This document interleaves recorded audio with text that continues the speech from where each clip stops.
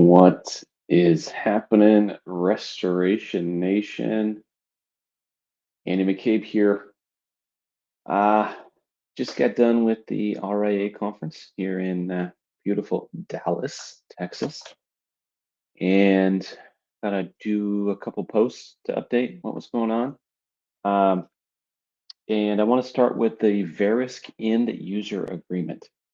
For those of you not in the know, a little over a week ago, it was brought to my attention and the attention of the RIA and Ed Cross that the Verisk had decided to truncate and modify their end user agreement, which is it might sound like it's a very benign thing for them to do, but the fact is there was some very specific language in the software agreement for Xactimate that referenced making changes to the underlying price database, the pricing of all the items that go into Xactimate. Specifically, there was language in a previous version that said something to the effect of the pricing database in Xactware or in Xactimate is a starting point for estimators to go from and build upon.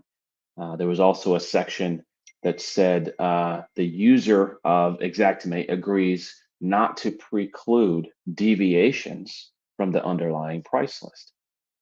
Now, the importance of this is that restorers, when they get pushback from carriers, the carrier says, well, you can't change the pricing. We only do Xactimate pricing. The restorers were able to use different sections of that end user agreement from Xactimate to say, no, Mr. Adjuster, you're actually incorrect in your statement that that price is the price. It's a global price. So getting rid of that language in the end user agreement really felt like a slap in the face. It really felt like well, I'll tell you what I thought. I was like, oh, well, the carriers finally got to him.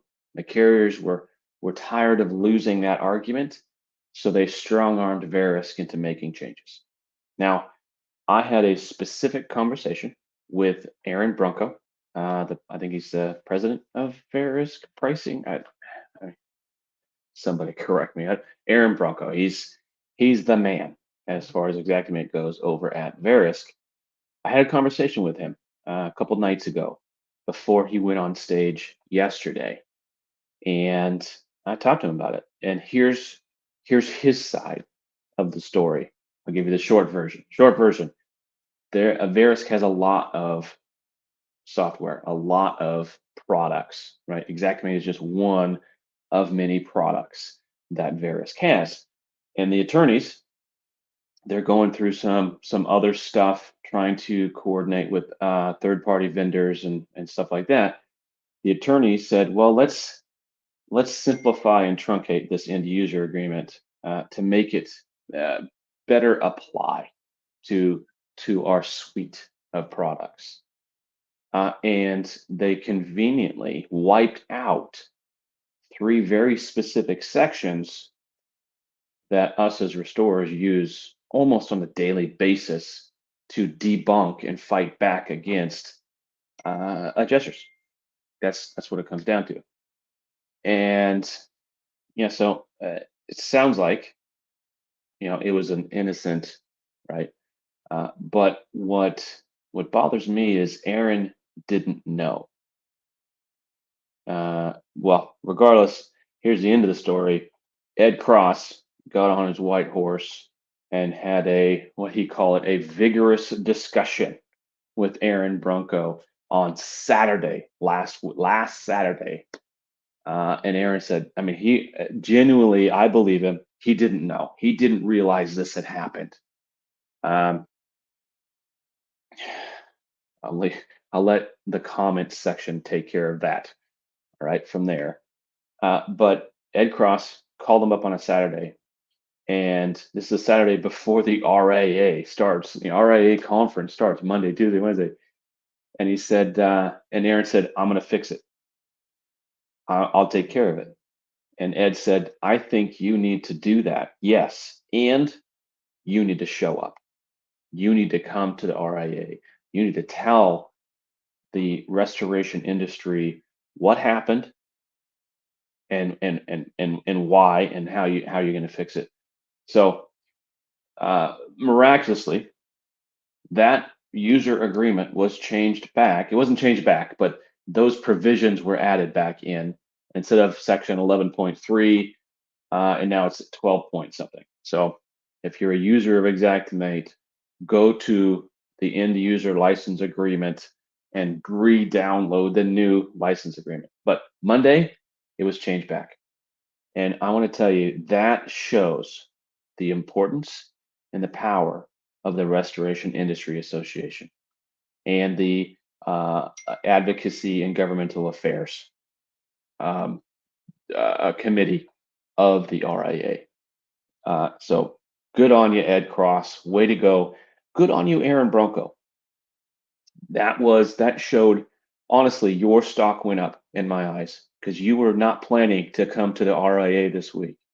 But something happened on your watch. It was an error, and you fixed it and you owned it. So I'm telling you right now, for all the flack that Xactimate gets, this really showed me that we are important. The restoration industry, the contractors that make up the restoration industry are important to Xactimate and important to Verisk. So that was the drama, and it was something else. But I gotta tell you, when I first heard it, I was like, and like what I despite the fact that I personally use those excerpts from the end user license agreement almost on a daily basis, it didn't break my heart. I was just like, of course they did, of course they got to them, of course they changed it. And my initial thought was, if your business is going to be significantly disrupted because a software company changed their end user license agreement, you've got a problem with your business. It's not a problem with the software or the company that makes it. And I stand by that.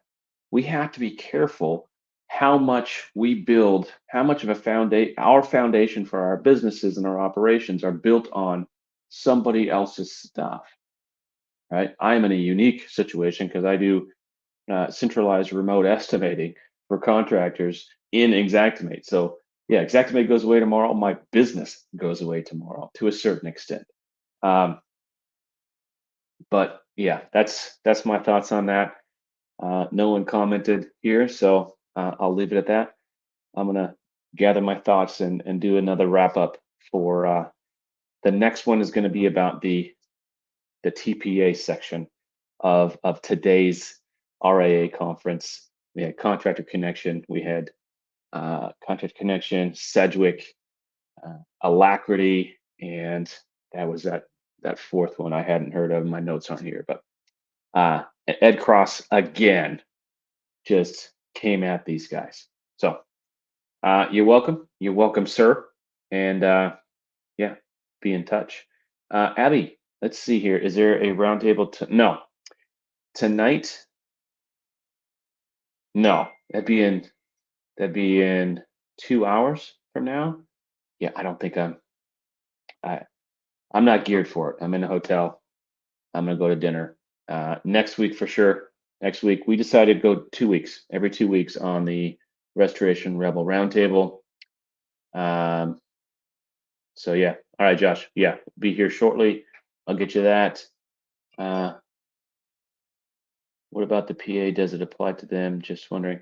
Well, the end user, if you are a user of Xactimate, it applies to you because, like any software, you agree to their terms in order to use the software. So absolutely, it applies. It applies to PAs, it applies to contractors, it applies to adjusters, and that was the key. It applies to every user of the software. Every user of the software. Oh, he says TPA. Ah, I see. It should. It should, Josh. It should. Um, okay, now I'm just like, ah. All right. Well, get back in. Get back on the horse, Abby. Get back on the horse. All right. Hope you guys doing well. Next time we talk, I'll probably be home in Oregon. See ya.